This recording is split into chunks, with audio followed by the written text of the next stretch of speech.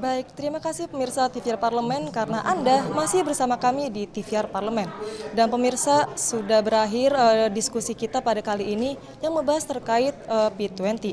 Dan saat ini sudah bergabung bersama kami salah satu anggota BKSAP DPR RI yaitu Mbak Diah Roro Estia. Ya. Apa kabar Mbak? Baik, alhamdulillah. Apa kabar, Mbak? Baik juga Mbak. Mbak, seperti yang sudah dibahas selama diskusi tadi, kita membahas tentang persiapan pelaksanaan acara P20, Mbak. Dan pada kali ini Indonesia menjadi tuan rumah pada acara P20 tersebut dan akan dilaksanakan sebentar lagi. Sudah sejauh mana persiapan DPR RI dalam menyambut pelaksanaan acara tersebut, Mbak? Ya, jadi alhamdulillah ya kita mendapatkan kepercayaan sebagai host country daripada ajang P20. Dan ini tentunya menjadi momentum tersendiri untuk negara Indonesia. Mengingat juga saat ini pun kita menjadi host country untuk G20 gitu. Dan mudah-mudahan kita semuanya berjalan dengan lancar, semuanya tepat schedule ya. Jadi tadi juga Pak Fadlizon Ketua BKSAP sudah menyampaikan bahwasanya akan diselenggarakan pada tanggal 5 hingga 7 Oktober. Lalu kemudian mengangkat tema Stronger Parliament for Sustainable Recovery.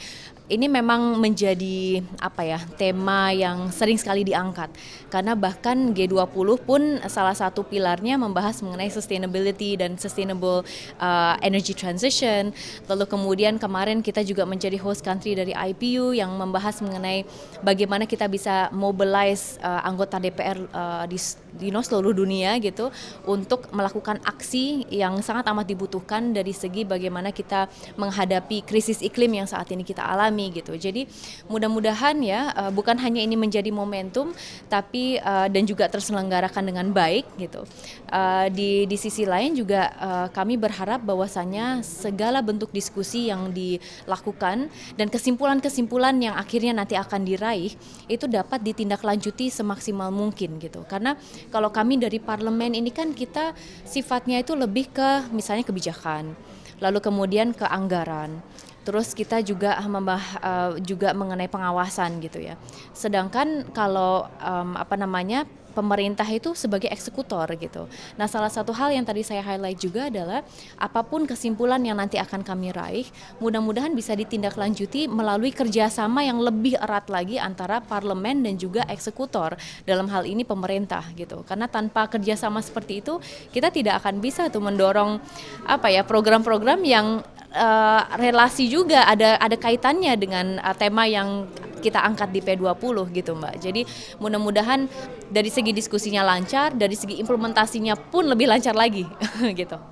Baik Mbak, untuk selanjutnya saat diskusi kan disebutkan bahwa Indonesia akan mengupayakan menjadi juru damai bagi Ukraina dan Rusia yang saat ini masih konflik ya Mbak ya. Apakah hal itu memungkinkan dan persiapannya sudah seperti apa Mbak? Ya, jadi gini ya, negara Indonesia itu kan posisinya sebetulnya di tengah gitu. Kita berteman dengan Ukraina, kita berteman dengan Rusia gitu. Dan kami berharap bahwasanya kita bisa menjadi paling tidak berupaya untuk menjadi peacemaker. Karena sebelumnya kita juga menyaksikan Pak Joko Widodo mengunjungi negara Ukraina di tengah perang loh Mbak. Dan ini jarang sekali dilakukan oleh kepala negara. Jadi saya salut banget dengan kepemimpinan beliau dan keberanian beliau juga gitu untuk datang, untuk bertemu langsung, untuk berdialog gitu ya. Paling tidak sebagai signal untuk dunia bahwa Indonesia memperhatikan apa yang saat ini terjadi di Ukraina. Lalu kemudian Presiden juga mengunjungi Rusia gitu, di mana di situ juga melakukan diskusi gitu ya, bagaimana kedua negara ibaratnya juga bisa segera damai gitu ya Mbak ya, karena dampaknya itu sangat panjang dari segi bahkan hingga harga komoditas.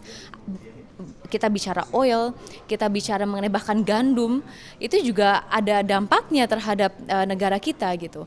Saya kalau di daerah cerita seperti ini, masyarakat masih berasa bahwa loh itu kan tapi permasalahan di luar sana.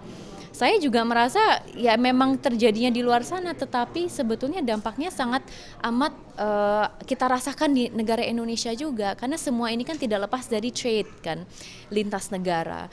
Dan maka mudah-mudahan kalau misalnya itu bisa berakhir, dan kita berharap bisa berakhir gitu ya, itu dampaknya akan sangat amat baik untuk negara Indonesia gitu. Jadi mudah-mudahan ya siapa tahu nanti G20 ataupun P20 menjadi momentum sendiri gitu dari segi peace building gitu.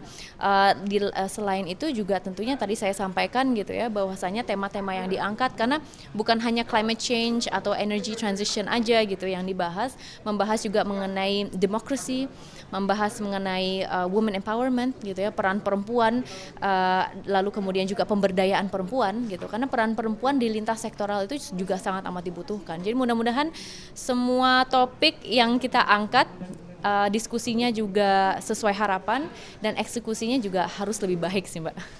Baik, terima kasih atas waktunya Mbak Diah Roro. Terima kasih. Baik, pemirsa TVR Parlemen, demikian wawancara saya dengan Mbak Diah Roro Esti. Dan demikianlah acara Dialektika Demokrasi pada hari ini. Saya Diva Rizka melaporkan dari Gedung DPR RI. Sampai jumpa.